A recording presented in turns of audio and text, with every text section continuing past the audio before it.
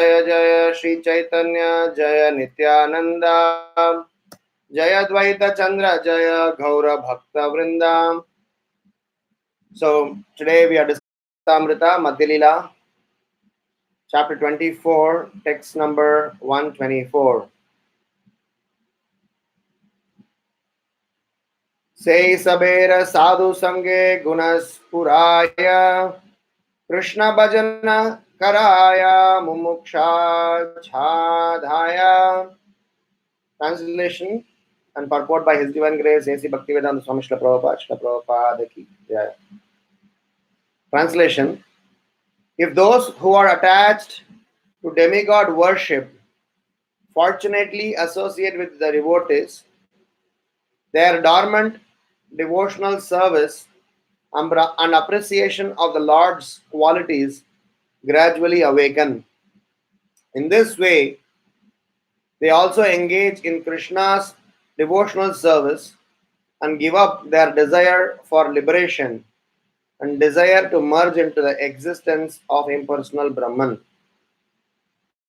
Purport: The four Kumaras, Chatukshana, Sukadeva Goswami, and the Nayan Yogendras were absorbed in Brahman realization, and how they became devotees is described herein. There are three kinds of impersonalists: Mumukshu, those desiring liberation; Jivan Muktas, those liberated in this life; and Prapta Swarupas, those merged in Brahman realization. All three types of jnanis are called moksha kankshis, those desiring liberation. By associating with devotees, such people give up the mumukshu principle and render devotional service. The real cause for this change in the real cause for this change is the association of devotees. The Krishna consciousness movement is meant to attract all types of men, even those who desire things other than Lord's devotional service. Through the association of devotees, they gradually begin to render devotional service. So, we will discuss from this particular shloka. Om Ajnanaatimirandasya Jnananjana-shalakaya Chakshurunmilitam yena Tasmai Shri Gurave Namaha. Namo Om Vishnu Padaya Krishna Preshtaya Bhutale Srimate Bhaktivedanta Swamin iti namine. Namaste Saraswati Deve Gauravani Pracharine Nirvishesha Sunyavadi Paschatya Deshatarine. Jai Sri Krishna Chaitanya Prabhu Nityananda Shri Advaita Gadadhar Srivasadi Gaura Bhakta Vrinda. Hare Krishna Krishna Krishna Hare Hare Hare Rama Rama Rama Hare Hare. So we are discussing from Chaitanya Charitamrita Madhya chapter 24, text number 124. The chapter titled The 61 Explanations of the Atma Rama Verse. So Chaitanya Mahaprabhu is continuing his discussions with Sanatana Goswami, and these discussions with Sanatana Goswami are targeted mainly to inspire people to take up the process of bhakti. In fact, this Atma Ramasya verse is to encourage impersonalists to become personalists, to become devotees. So, in the whole discussions of all the shloka in this chapter, Mahaprabhu is slowly trying to talk about the process of devotional service and how devotional service is ultimate. And this is not only to help impersonalists, but those who are in the bodily consciousness of the life. It is very important for them to take up the process of Krishna consciousness, because this human form of life, which is very rare and which is very important to be engaged in the spiritual life, will go waste if they are not taking serious to devotional life.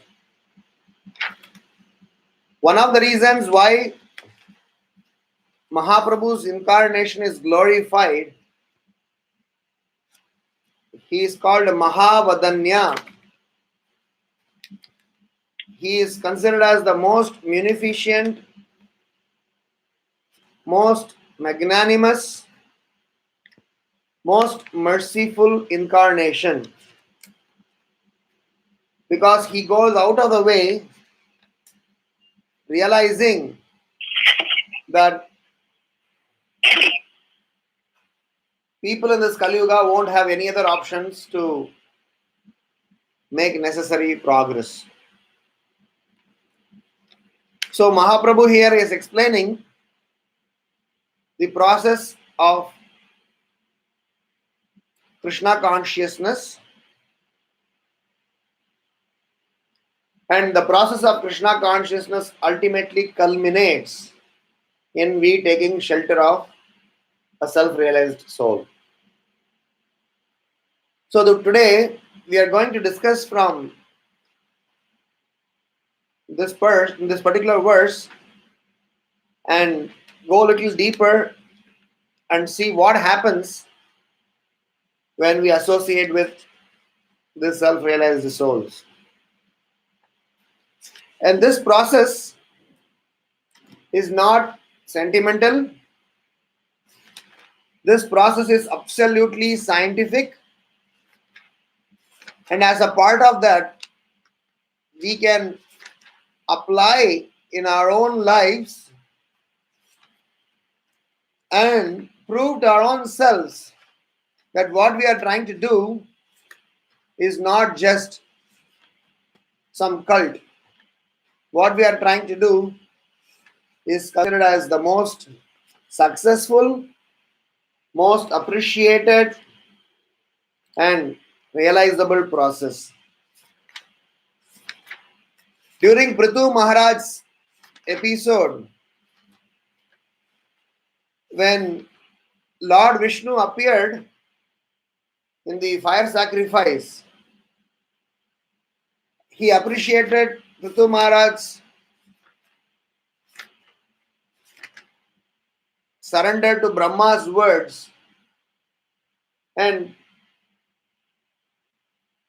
Lord Vishnu gave a lot of appreciation to Maharaj Prithu's action and finally blessed him, saying that because of what you have done, you will be bestowed with the blessings of associating with Sanat Kumaras, and they will come and give you directions for you to eventually elevate your consciousness and go back home, back to Godhead. So it is amazingly surprising that the Supreme Lord, personally standing in front of Maharaj Prithu, is directing Prithu to take shelter of Sanat Kumaras. So in this particular verse, Mahaprabhu is describing what happens when somebody takes shelter of devotees, how they transform from impersonalists to become a self-realized soul. He is giving example of Sukadeva Goswami, who took shelter of Vyasadeva and heard Srimad Bhagavatam. He is giving example of Kumaras, who had the fortune of associating with Narada Muni. He is also giving example of Navayogendras, who again got the blessings of Vaishnavas. So, Prabhupada explains in the purport that whoever associates with the devotee of the Lord and whoever associates with the self-realized soul, their whole focus gets changed. What they would have otherwise desired to do in life gets changed. They gradually begin to render devotional service. So, we are going to have these reflections to help us appreciate this. We are going to have two sets of perspective with respect to demigod worship, because that's where this particular shloka Mahaprabhu is highlighting. Because in the previous verse, Mahaprabhu is telling that those who want to be relieved from the material clutches give up the worship of various demigods who have fearful bodily features. Such peaceful devotees who are not envious of the demigods worship the different forms of the Supreme Personality of Godhead, Narayana.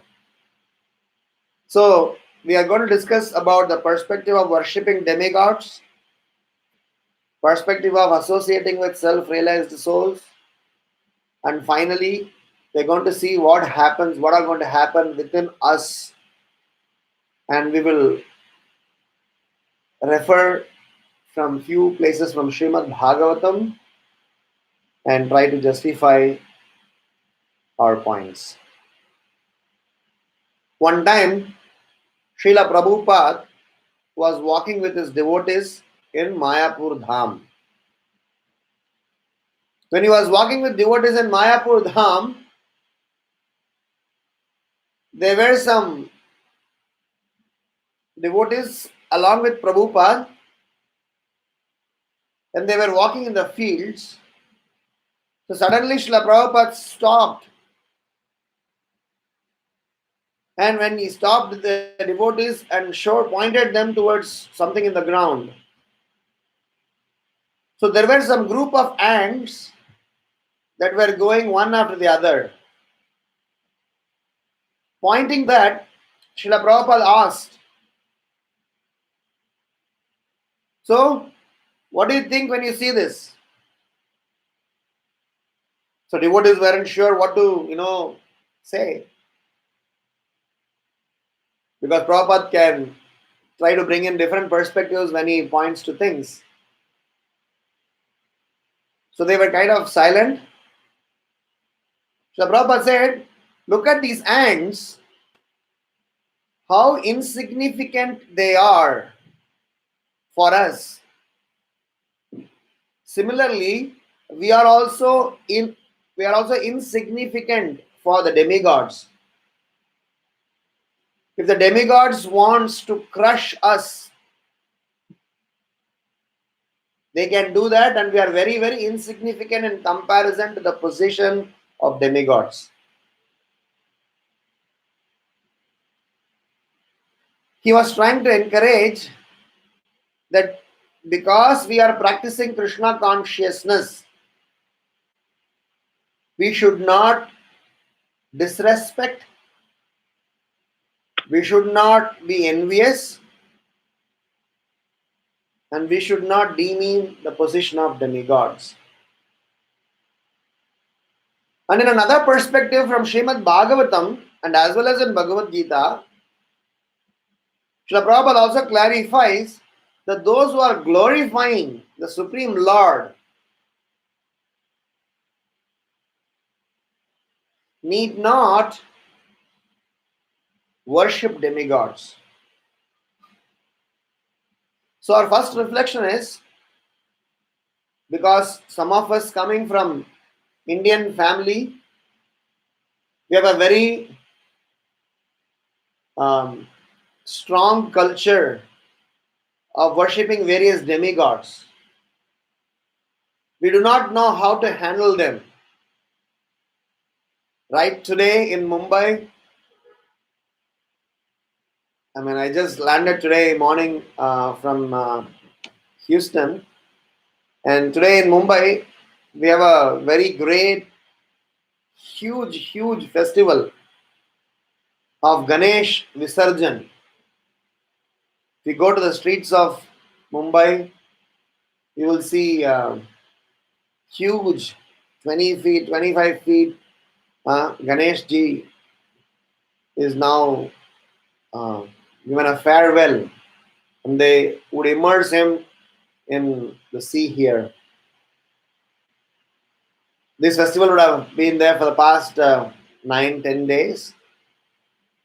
And the way Ganesh ji is worshipped here is somewhat fanatic, even though appreciation is there for worshipping Ganesh, but somewhere in the process of glorifying the demigod, things got aberrated and became political and social.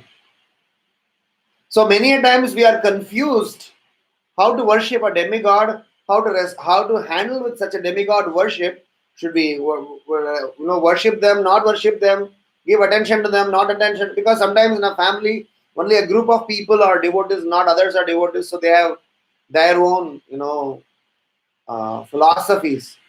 Today morning, one of our students sent a message to me saying that our family members have written to me. Their family members wrote to them saying that they are being hypnotized by some people in Krishna consciousness movement, that you are now becoming addict to holy name. So I have not yet replied them, but then I remembered my own childhood days, where our own friends and family used to tell that probably you are being brainwashed. So I'm going to refer to a Prabhupada story where Srila Prabhupada, when he was questioned by a reporter giving an allegation saying that you are brainwashing your students, Srila Prabhupada responded saying that yes, we are washing the brain which was otherwise contaminated by unwanted things. So we need to understand. So the first reflection today is about how to deal, respect, and handle demigod worship and various perspective in them. Srila Prabhupada, as he pointed out to the devotees that how these demigods are very great personalities, so it is our duty to not to disrespect them, not to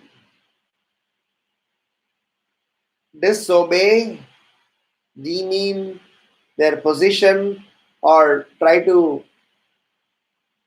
be an egoistic person. As we have always been speaking, respect is an integral part of our devotional quotient. So, if you are supposed to respect every living entity, what to speak of a demigod who is also a devotee of the Supreme Lord, performing some functions designated to him?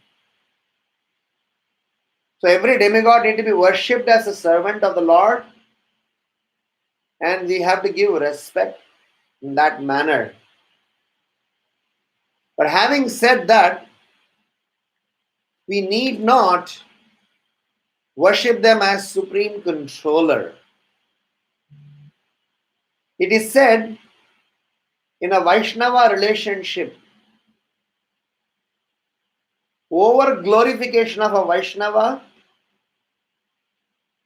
and under glorification of a Vaishnava, both are an offense. Flattering is also an offense, is also an insult, and trying to disrespect, demean is also an offense. We will talk about it in a bit. So, if a demigod who is very nicely practicing his service given to him,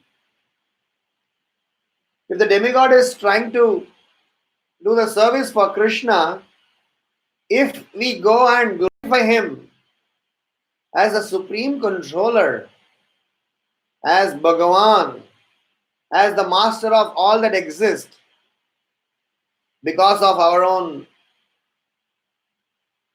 innocence, ignorance, we will definitely not do the correct thing. So, number one is we are not supposed to over glorify a demigod, so respect the demigod as a devotee of the Lord. Number two, we need not worship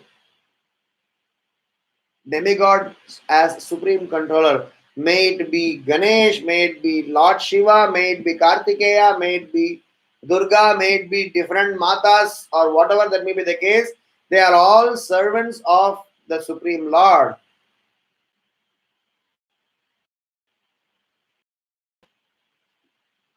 Golok नामि निज नामि तले च तस्या देवी महेश हरिदामसु तेषु तेषु ते ते प्रभाव निचया विहिताश्चयेन गोविंदम आदिपुरुषम तमहम भजामि. When Brahma was given drishti, when Brahma was given the vision of the spiritual abode by the Supreme Lord, Brahma is witnessing the whole creation. Brahma is witnessing the whole manifestation that Krishna is revealing to him. Because up till that point in time, he was clueless who he was, who Supreme Lord is, what the universe is, what is he supposed to do. He was not aware of any of those things. When Krishna revealed him, then he's composing, and one of the prayer is Goloka Nami Nijanami Talecha Tasya Devi Mahesha Haridama Suteshu Teshu. He's describing how the spiritual world is aligned, how Goloka Vrindavan is there, how the 14 planetary systems are arranged, how Mahesh Dham is there, where that is positioned, who is presiding where, and very nicely is explaining each of their position in connection with Krishna. He is explaining the position of Lord Shiva. He is explaining the position of Lord Ganesh. He is explaining the position of everybody else. So hence, we need not worship the demigods as supreme controller. Last but not least, we need not even ask for favors and materialistic needs, neither spiritualistic needs. Because in Srimad Bhagavatam, 6th canto, 16th chapter, text number 38 through 42, 6.16.38 to 42, this is Chitraketu's prayers towards Lord Sankarshan. Based on the advice given by Narada Muni, Chitraketu has performed a devotional service, and within 7 days, nights, 7 nights, he saw the Lord face to face. And after he saw the darshan of the Lord face to face, he is giving some glorification. And he is one of the glorification he is giving is the Lord as supreme controller, and explaining that he is giving these 4 slokas where he is talking about demigod worship.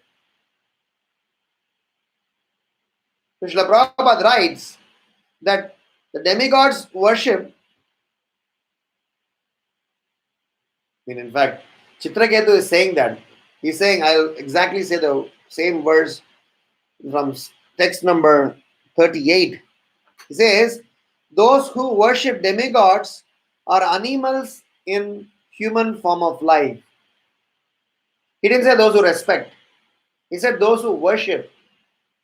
We are supposed to respect, we are supposed to appreciate, but we need not worship them as Bhagavan, as supreme controller, as somebody who is above or at par with Krishna. Because Mayavadis and sometimes Smartha, just out of fear, out of ignorance, out of innocence, out of not knowing what to do, because they get some short-term benefits when they worship these demigods. These demigods are like the agents of the Supreme Lord. So when you ask them, they are easily pleased. When you ask them some favor, you get something in return. So just because we are in need of something, we go and ask them, and they get something in return. So they think that Krishna does not respond my prayer so soon. These demigods respond, so let me worship these demigods more than I worship Krishna. But they don't know Krishna is only bestower of those benedictions by which we can go to him, not something temporary or not something that is material in nature. So that is why Chitraketu is saying that those who worship the demigods are animals in human form of life. He's going ahead and saying benedictions of the demigods are also short-lived. So Prabhupada refers Bhagavad Gita chapter 7 text 20. He says, Kritagnya, whose intelligence is lost, all the wish fulfilled by demigods are also sanctioned by Krishna only. That's an understanding that we need to derive. It's very clearly explained by the Supreme Lord in Bhagavad Gita. It will be an insult to demigod if we worship them as an Ishvara. So we need to learn to not to worship them as Ishvara. Rather, if you really want to glorify them or pray to them, the best prayer is to ask them to engage us in Krishna's service in a focused manner as they are engaged.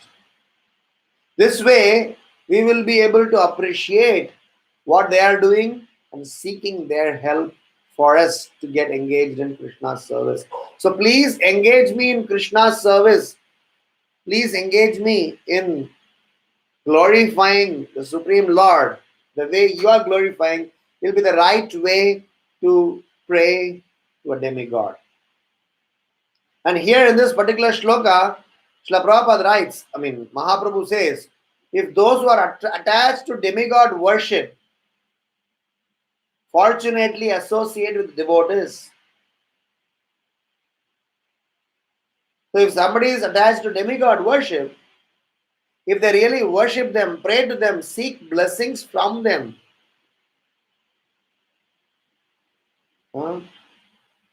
because demigods themselves are devotees, and as well as when you worship in the manner where please engage me in Krishna's service, their dormant devotional service and appreciation of Lord's qualities gradually awaken.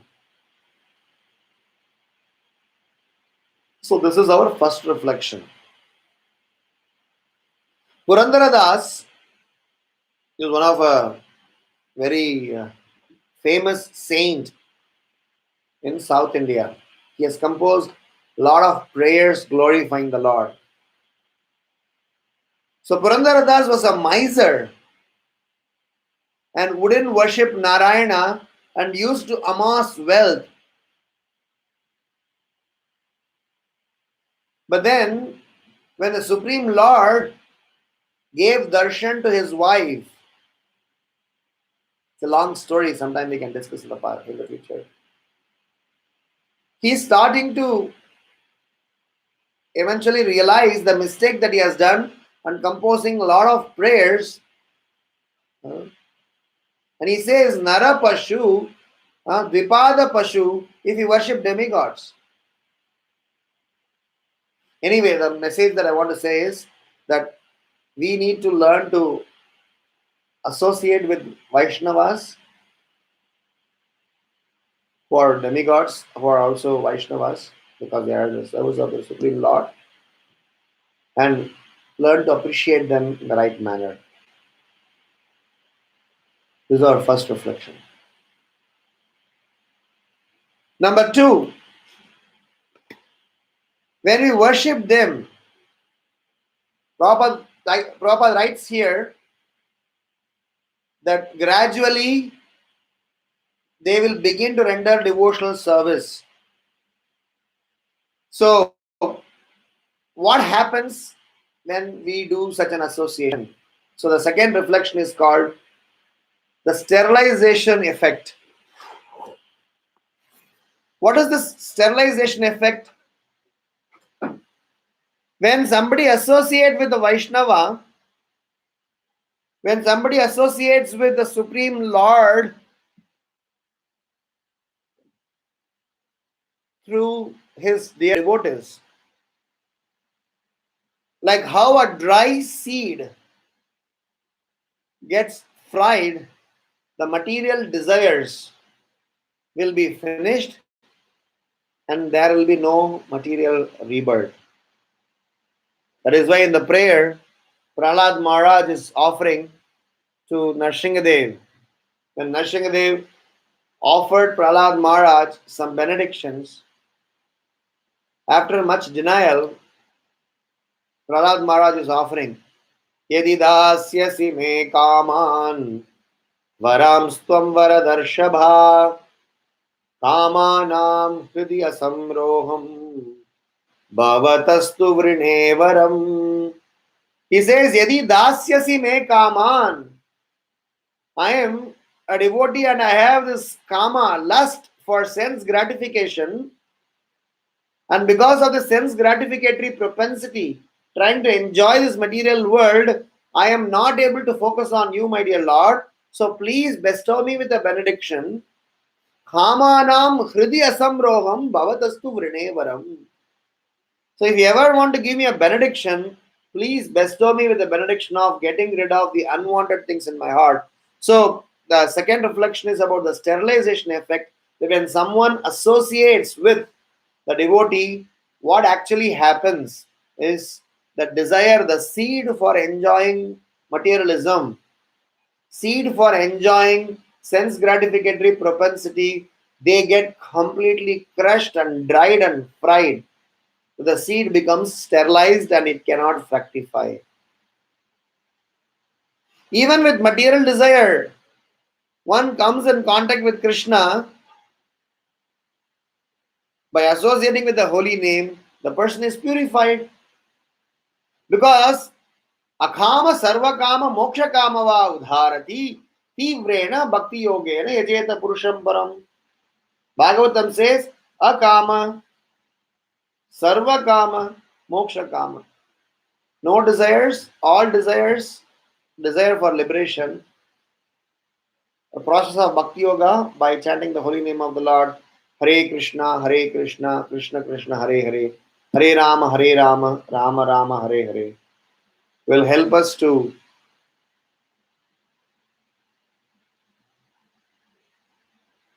cross over the material designs.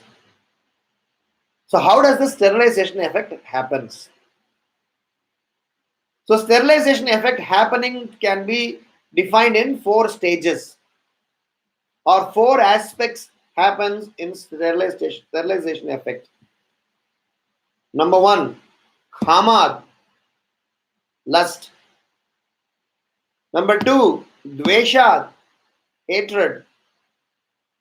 Number 3, sneha, attachments and love. Number 4, bhaya. So we get rid of these I mean, when we are trying to practice Krishna consciousness, so these aspects of devotional service, in the sense that out of fear, out of hatred, out of love, out of even fear, fear, lust, kamat, bayat, dveshat, sneha. If somebody comes in contact with Krishna, they will get purified. Dhruva Maharaj came in contact with Narada Muni and eventually came in contact with Krishna. So, out of kamat, he wanted to have lusty desires fulfilled. It was not a pure devotional service intent for him to go to the forest.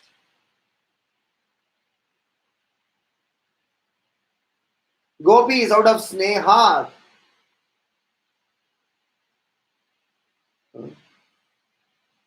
And we worship the Supreme Lord and his devotees out of fear.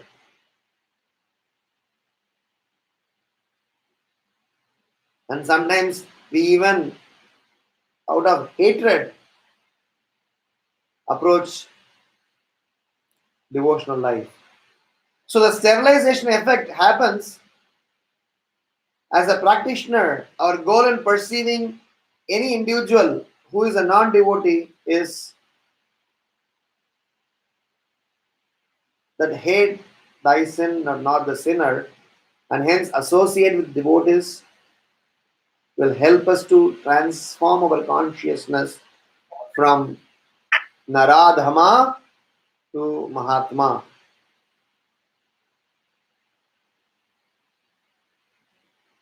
There is a devotee by name Haridas Prabhu. He lives in Radha Rasa Bihari temple in Jivu. So Haridas Prabhu, he had shared his personal association with Srila Prabhupada. So Haridas Prabhu's mother used to be a very nice devotee and used to regularly visit Radha Rasa Bihari temple. I mean, that time when Srila Prabhupada was there. At that time, Haridas Prabhu was interested in Bollywood movies. Also, he had been having some not so good character to claim because of some petty crimes, some stealing and some naughty things. He had been to prison more than once. But his mother kept on trying him to somehow bring him to Krishna consciousness, but he wouldn't come. So one day, when he was in the jail, his mother thought that, how can I help this boy? So she came and gave him Back to God magazine. So she thought that he will read Back to God magazine and go through some transformation will happen. But interestingly, he noticed a picture of Srila Prabhupada. The back cover of the Back to God magazine had a picture of Srila Prabhupada. And Srila Prabhupada on his wristwatch had a Rolex watch. Very costly and very shining gold color Rolex watch. So even now the Rolex watches are expensive. In those days, they were definitely a special attraction. So as soon as he got released from the jail, so he went to Radha Rasvihari temple. He had a desire that I will somehow stay in the temple and try to flick this Rolex watch because it attracted him, very nicely. So he went in the temple, he posed himself as an aspirant He posed himself as one who is desiring to practice Krishna consciousness. Of course, he referred his mother, who is a regular devotee, so they allowed him to stay in the temple. And to go closer to Srila Prabhupada, you need to do some service. You cannot do service, you cannot just directly go and meet Prabhupada and try to become personal with him. So he started to do some service for few days. And the process of service did some magic to himself. He saw how so many people in the ashram, everybody coming from a very aristocratic, rich and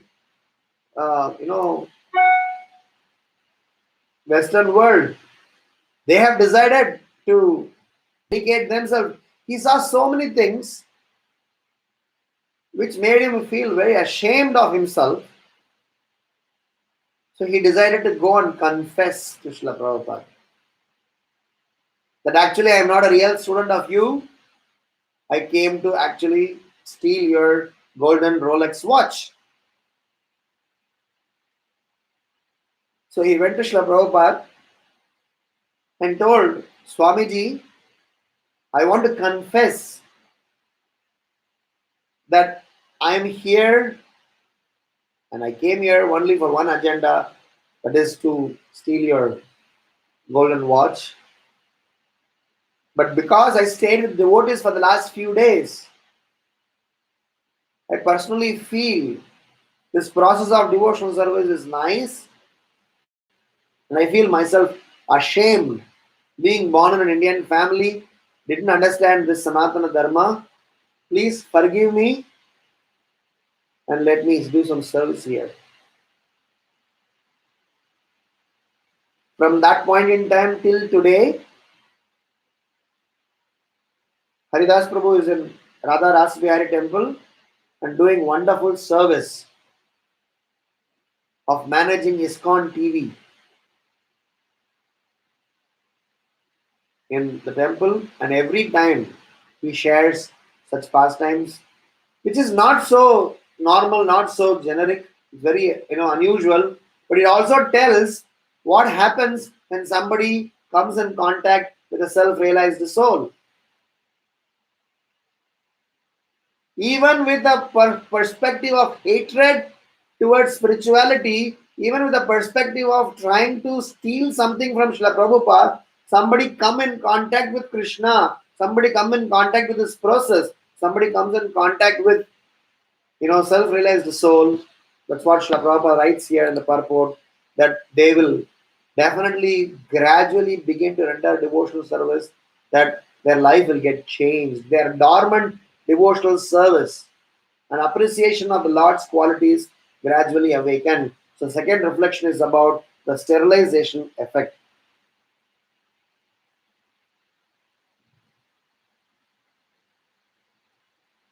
And Srila Prabhupada had always been encouraging and telling all of us that please don't worry, that this Krishna consciousness process is not something alien to us, is not something new to us. This is not something that we need to do some extra endeavor. So the endeavor in our Krishna consciousness is not for Krishna consciousness. Endeavor in Krishna consciousness is to remove the cataract, remove the coverings, remove the uh, cloud that is covering the real Krishna consciousness. Because the real Krishna consciousness is inherent. We are Jivera Swarup Hoy, Krishnera Nitya Das. But we have forgotten.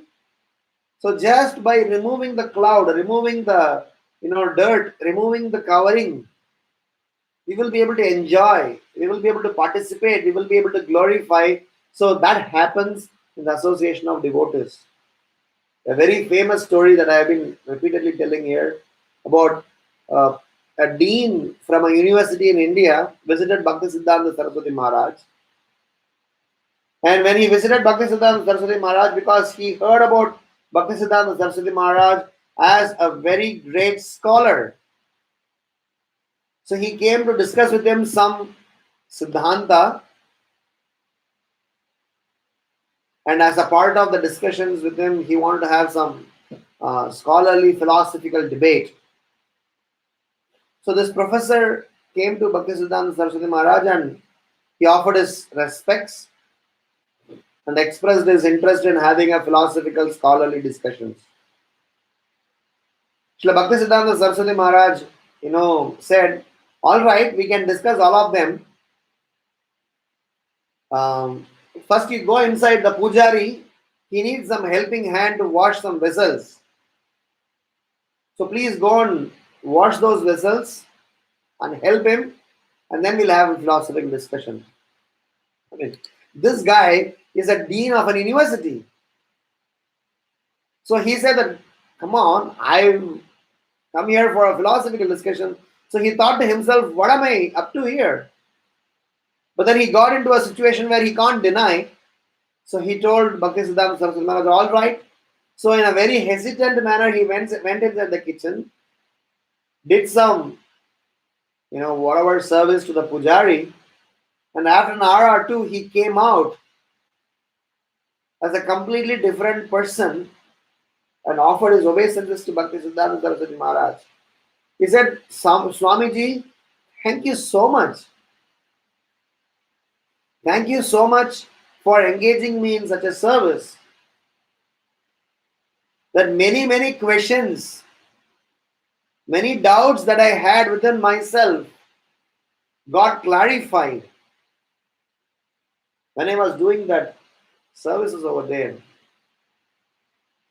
So what happens is the process of devotional service gets awakened when you associate with a devotee, because a devotee engages us in devotional service.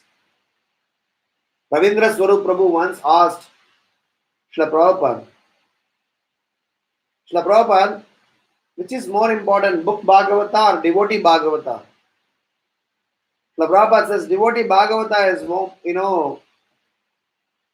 I may be paraphrasing this, not using the exact word, is more important because a devotee Bhagavata can tweak our ears and drag us to Krishna. So hence, we need to lend our ears to a Vaishnava, both for hearing their messages, hearing their instructions, as well as to let it be tweaked if need be, so that we can be brought to Krishna's lotus feet. The third aspect of today's discussion is that even impersonalists, they may have made their life's goal as liberation. The three types of impersonalists that I've spoken about here, even these impersonalists, even though they have considered the real goal of life is to merge with the Supreme Lord, trying to get the impersonal realization, their opinion gets changed to an extent that they become a very powerful preachers of the Bhakti movement. Sukadeva Goswami, who is speaking Srimad Bhagavatam, the refined and the most sweeter form of Lord's glorification. Nigama kalpataror galitam phalam, the matured fruit. How can somebody who being an impersonalist glorify Krishna in this manner? Vyasadeva, for that matter, he could not have written Srimad Bhagavatam had he not got the association of Narada Muni. Narada Muni wouldn't have become Sripad Narada Muni had he not got the remnants and association of Paramahamsas. So we have history of records to say that how devotees association helps, but how it helps is what we are seeing now.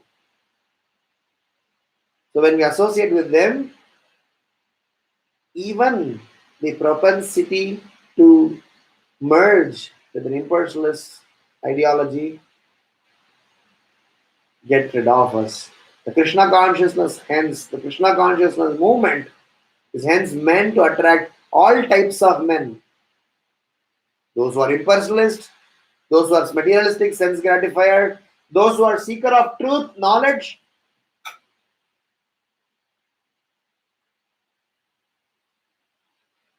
Four types of people surrender to Krishna, right?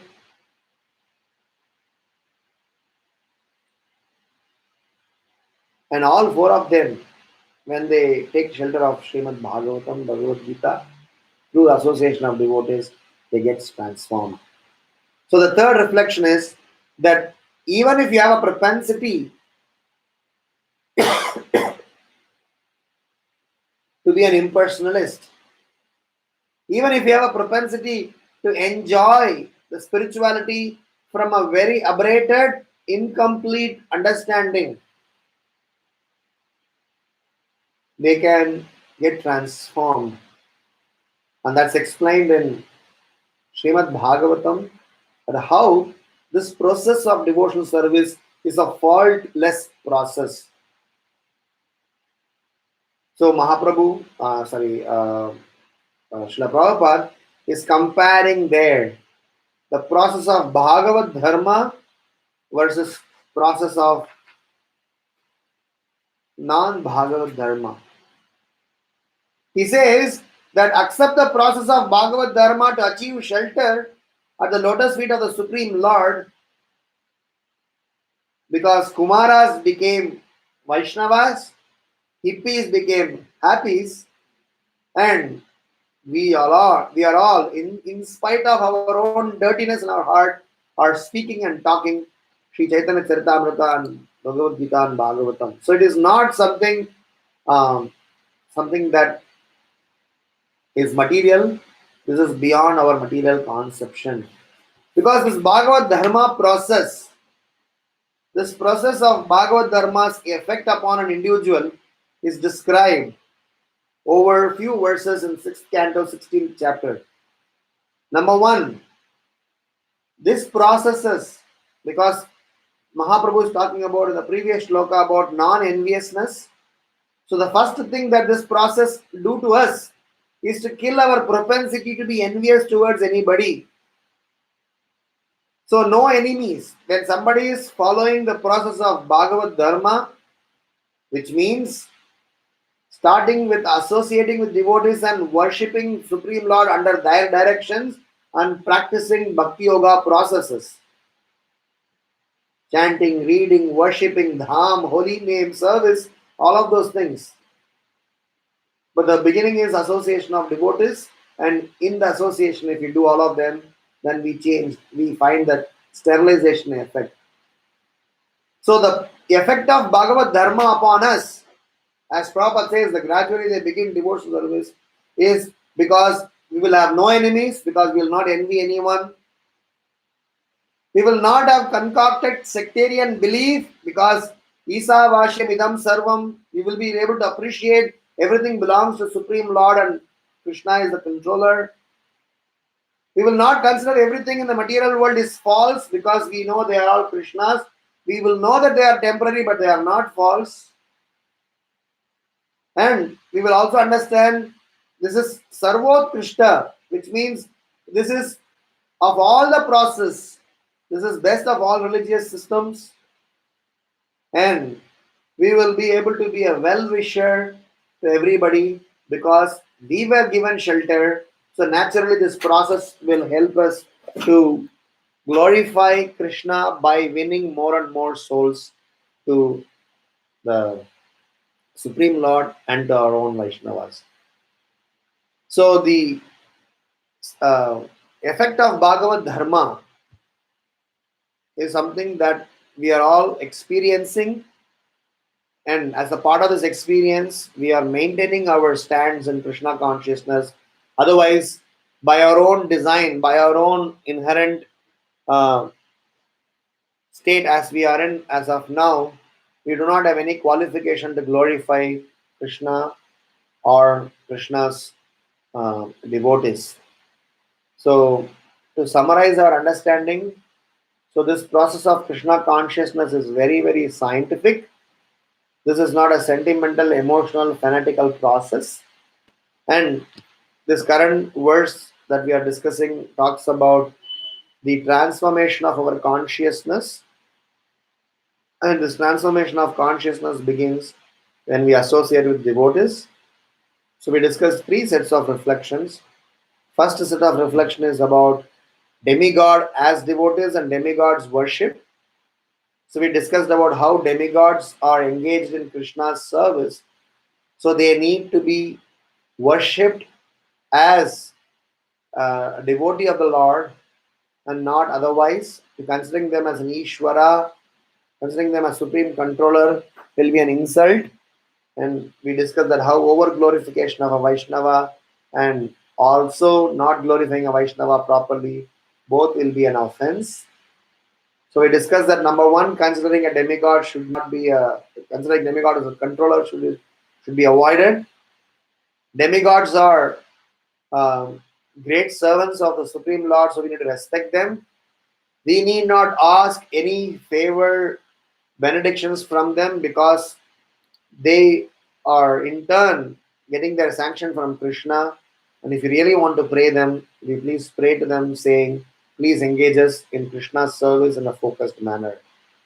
And when we associate with uh, demigods in that manner, as Mahaprabhu explains here, that our consciousness, our dormant, inherent Krishna consciousness gets slowly awakened, and we will be able to appreciate the process of devotional service.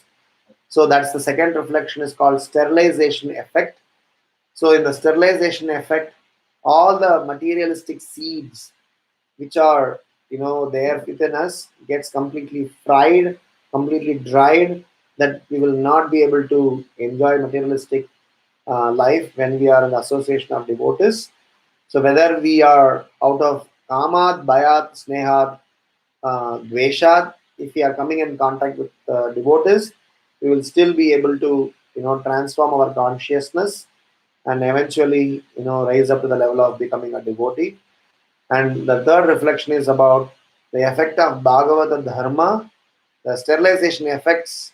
What actually does upon us is it helps us in getting rid of the envy. It helps us to befriend everybody and look everybody as Krishnas, and we will not be able to differentiate that my personal agenda versus Krishna's agenda. We will be able to function in a manner that everything is meant for glorifying the Supreme Lord, and how this Krishna consciousness process is the highest form of glorification, and we will transform our consciousness even from materialistic enjoyment as well as from um, uh, impersonalist understanding, and we will be able to transform.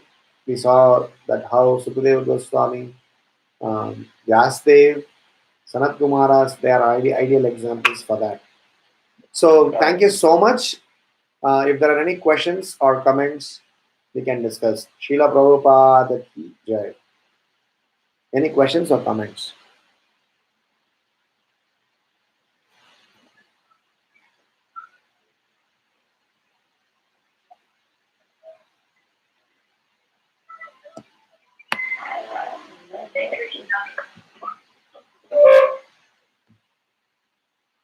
Krishna Prabhuji, Dhanavad Pranam, Shri Prabhuji. Thank you, Prabhuji, for such a beautiful class and very nice.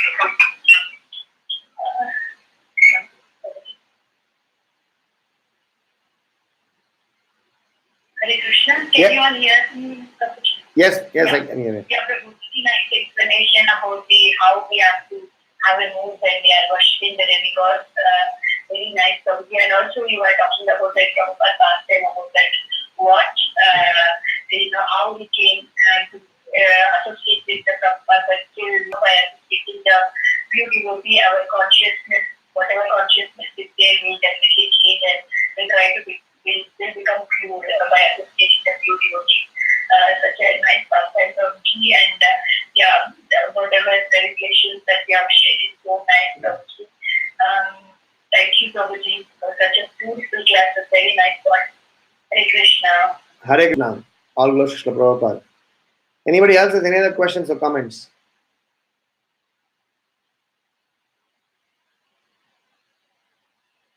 I just want to. Is there someone else or it's my echo? Hi, Prabhu. Thank you for class. I was wondering if I heard you right in saying at a point that there are some people who will serve Krishna even out of hatred. I don't know. Did I hear something like that or what? Yes, I am saying anybody who comes in contact with the Supreme Lord by any of these four ways, kama, bhaya, dvesha, sneha.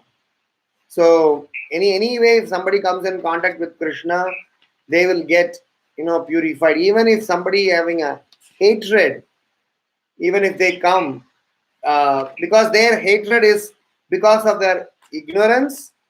But when they come in contact with this process, the process is very powerful. It purifies that propensity. That's my point. Yeah, maybe you give an example. I probably missed it, but do you have an example of someone coming out of hatred and flavor? I don't know. I'm trying to conclude this. See the whole example of the Haridas Prabhu's pastime with Srila Prabhupada. I was actually trying to correlate to the hatred aspect of it, because this is an episode that happened in this era where he did not want Krishna consciousness. He never wanted to practice Krishna consciousness. He disliked, even after his parents are encouraging him. But just because he came in contact with Srila Prabhupada, the process purified him. And there's a very famous story that Srila Prabhupada is, giving about a Bhagavatam speaker. He is glorifying Krishna, and a thief used to sit in the Bhagavatam class. And the thief will not have any interest in spirituality. He would have, his own enviousness towards the people. So when he heard the description about Krishna, he just developed some special eagerness to go and take darshan of the Lord so that he can steal Krishna's jewelry. He eventually got to become a devotee because of coming in contact with the Supreme Lord. So the hatred aspect of it that I am trying to say is that we in this material world, after being attached to materialistic lifestyle, we actually don't like spirituality. We hate them. We are against devotional activities. But somehow, if we can get the blessings of a self-realized soul, that will also get crushed. So so many demoniac propensity gets killed just because of being in association with devotees. Vishwamitra is one good example where Vishwamitra, from the position of him being a Raja, he became Rishi, then he became Raja Rishi, then he became Brahma Rishi, Maharishi, then he became Brahma Rishi, and finally he had to accept the stage of humility and glorify Vasishta to become whoever he was after that point in time. So this process is something that transforms our consciousness from an animalistic consciousness to a very sane consciousness. Am I making sense? Okay. I would say that, yeah, I would say that, well, I don't know, obviously not, but I would assume that the process will work on our consciousness much more quickly if we face the truth with a favorable attitude. I mean, if there's an unfavorable attitude, does it not slow down the process, or maybe it depends on the person? I don't know. For sure, the idea is definitely not encouraged here, encouraging about hatred as the recommended. But even if somebody has it, I agree. Definitely it is anukulyena krishnanu. It's definitely performing favorable devotional service, following the footsteps is called uttama bhakti. But to begin, we all are coming from hippies, for that matter. So hippies they never came to Krishna consciousness because they wanted to know Krishna.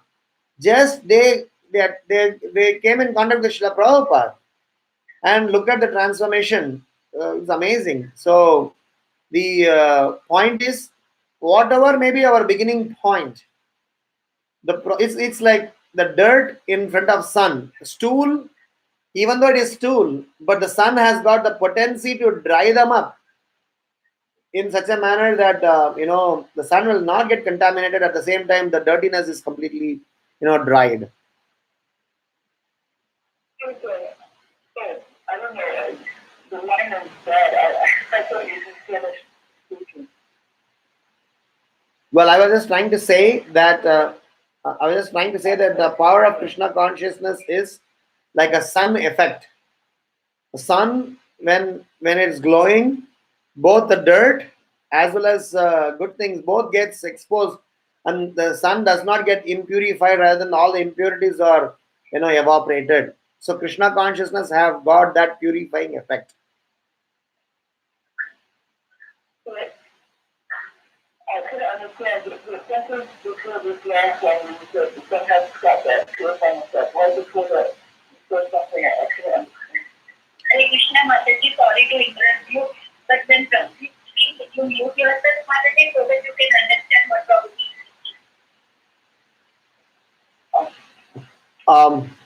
So, Okay. I mean, any other questions? Yeah. I want to do what you to repeat. So, one other question I had was,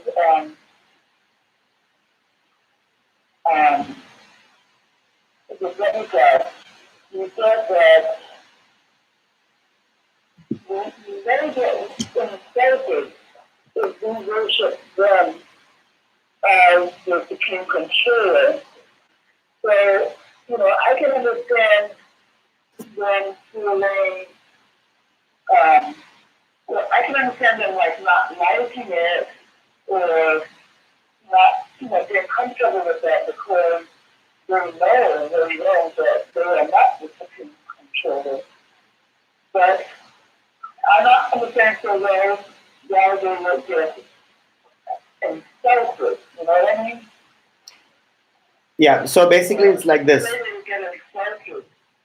Yeah. So the point is, when you over glorify a Vaishnava, a devotee, he finds it not correct because he is humble. He feels suffocation. But if you insult a Vaishnava, Krishna gets suffocation. So the message is that neither irritate a devotee nor irritate the Supreme Lord, because they both are they both are our hope. When Lord Shiva was insulted by Daksha, Lord Shiva did not have any problem. He was very happy, cool, no problem. But then he had to react. He had to fix Daksha's situation because he doesn't want to teach an example to a world. His own disciples, his own family members were furious, Daksha and other people. So he didn't want any further untoward episodes to happen. So he, reacted to teach an example that a Vaishnava should not be insulted. And there are many examples. Ambarish Maharaj pastimes, so many pastimes. If you insult a Vaishnava, maybe a Vaishnava does not have any problem, but Krishna will have a problem. If you over glorify a Vaishnava will definitely have a problem because it will hurt him. It is like somebody calling a devotee as, you are like Prabhupada, you are like so and so.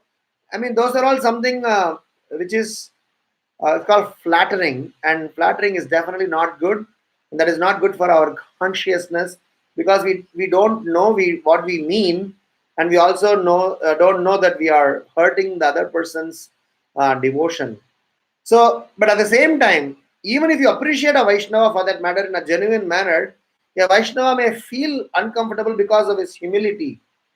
But our duty That is why Shastra very nicely clarifies that please appreciate, express your thoughts proportionate to your realization. Krishna is never ever expecting us to do anything beyond what we have realized. Only when we step over things that we have not realized and trying to talk things. Suppose, for example, I talk about the conjugal relationship of Radha and Krishna without even understanding I'm not this body but spirit soul. I'm talking about some higher subject matter without even properly assimilating the basics of Krishna consciousness. I will naturally create some confusion and some sort of an aberration in the Siddhanta. So, from that perspective, over glorification may be correct from a Siddhanta perspective, but over glorification should not be our agenda, because by over glorification we are actually hurting, and we are also not trying to do things correctly for our own transformation. Am I making sense?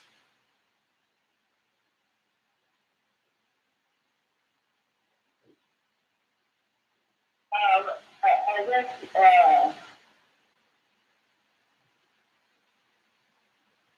I don't know. Maybe I'll just try to. So you're saying that the demigods, they were to Suppose, for example, suppose you go and tell a demigod that you are supreme lord, and a demigod is worshipping the lord as a servant of the supreme lord, and if you go and tell them as supreme lord, they will get offended because they are not supreme lord, and you are calling them as a supreme lord. So they will feel insulted, they will feel that it is not correct, they will feel that this is not something that is befitting to my position, so they will not be happy with us. yeah, not happy I understand. Insulted, I don't understand. I will tell you that, suppose for example I will tell you, Mataji, you are you are a self-realized soul. I tell you now. So you may say, no, no, Prabhu, I'm not like that. Suppose I tell you tomorrow morning, Mataji, you are a self-realized soul. What a great Mahabhagavata. You are like Jano Mata. And day after tomorrow, I'm once again telling Mataji, you are, you know what? You're such a personality that you can be like a gopi. Suppose I go on telling every day to you the same thing. The first day you will feel like, no, no, Prabhu, out of humility you may say. Second day I say the same thing. Third day I say the same thing. Fourth day I say the same thing. I go on telling you that you are, whoever you are, from a perspective of flattering you or over glorifying you. After some point in time, you will feel that this guy is actually making fun of me and trying to say some things which are not correct. So whether it's insulted or getting hurt.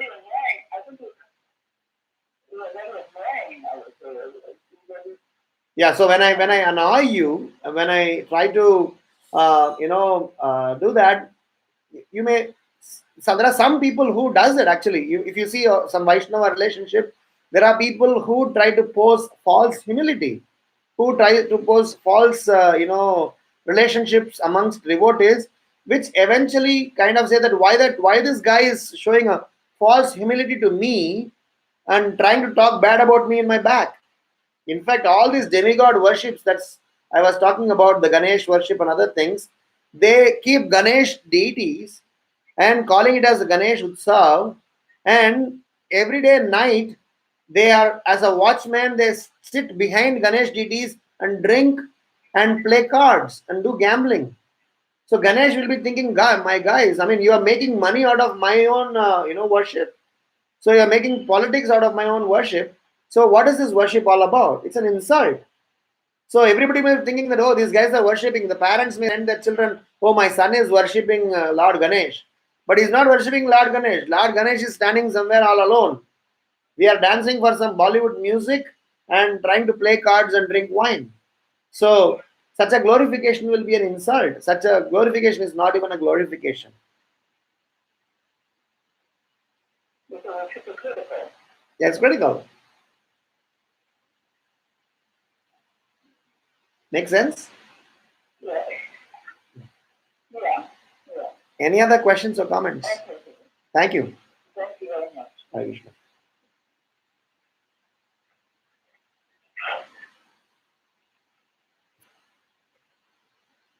Hare Krishna, Prabhuji. Thank you once again for that. Is there anybody having any more questions for Prabhuji?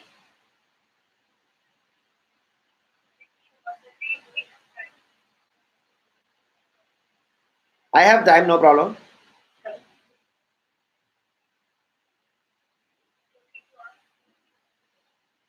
Go ahead, Mataji, please. Thank you. So, this is a question from the student regarding Gautam.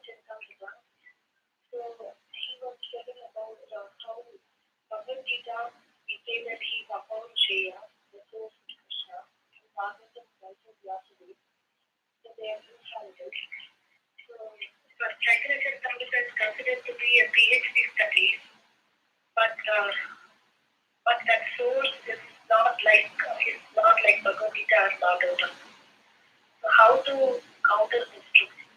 The person who wrote that, Krishna is considered good for me. His thing is also a person. Okay.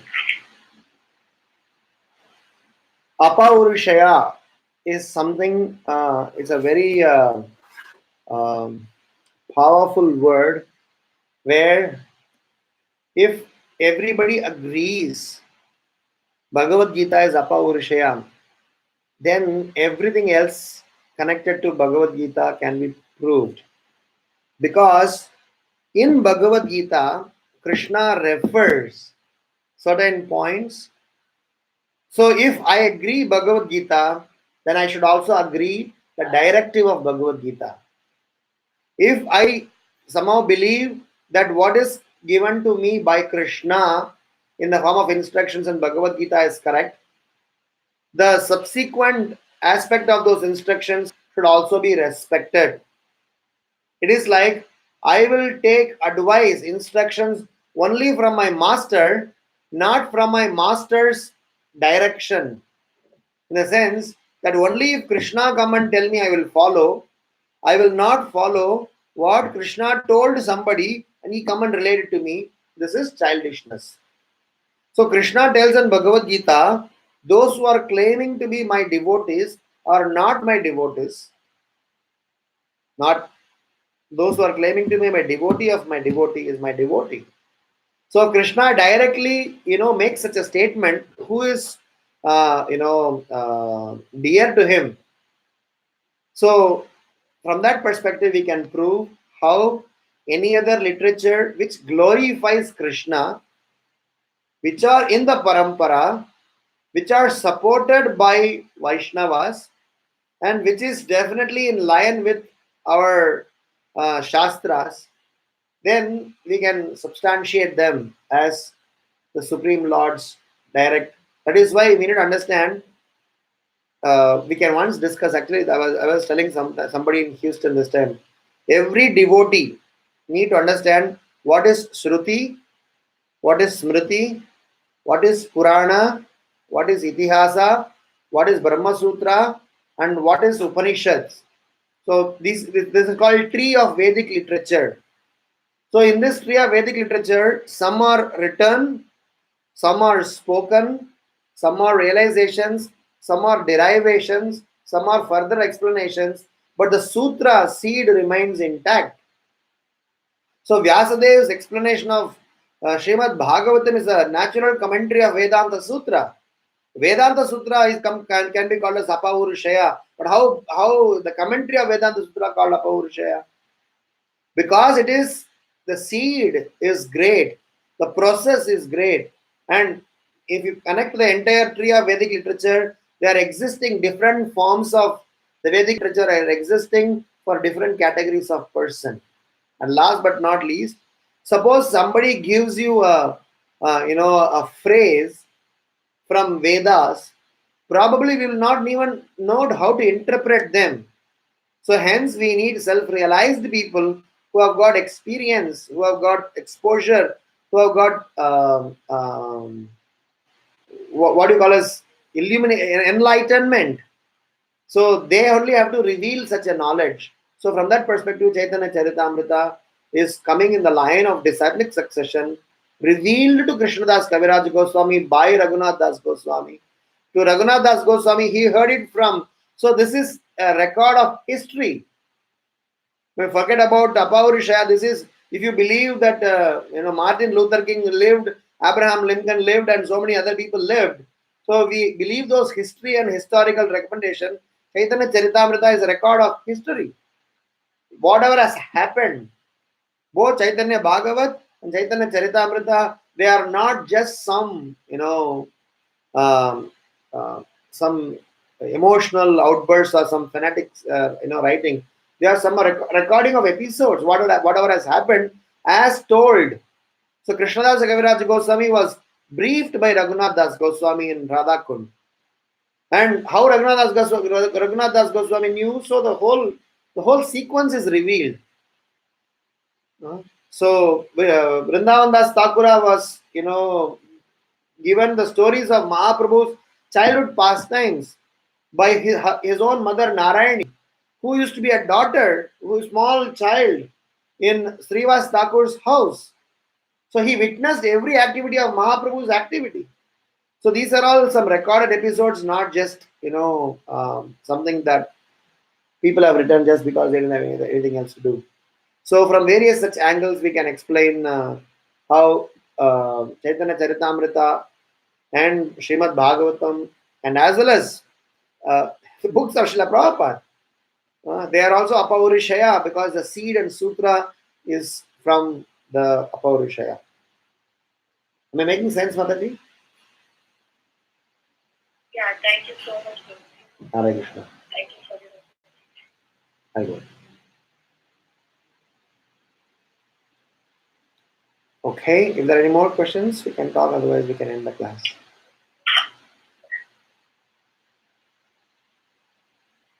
Hare Krishna. Thank you so much, Prabhuji, for such a nice class, for such a beautiful answer of the question. So, thank you so much, Prabhuji. So, if no one has any question or comments for Prabhuji, then we can end the call here. So, वाञ्छां कल्पतरुभ्यश्च कृपासिन्धुभ्यश्च पतितानां पावनेभ्यो वैष्णवेभ्यो नमो नमः। अनंत कोटि वैष्णव की जय। श्रीमद् प्रभुपाद की जय। श्री चैतन्य चैतन्य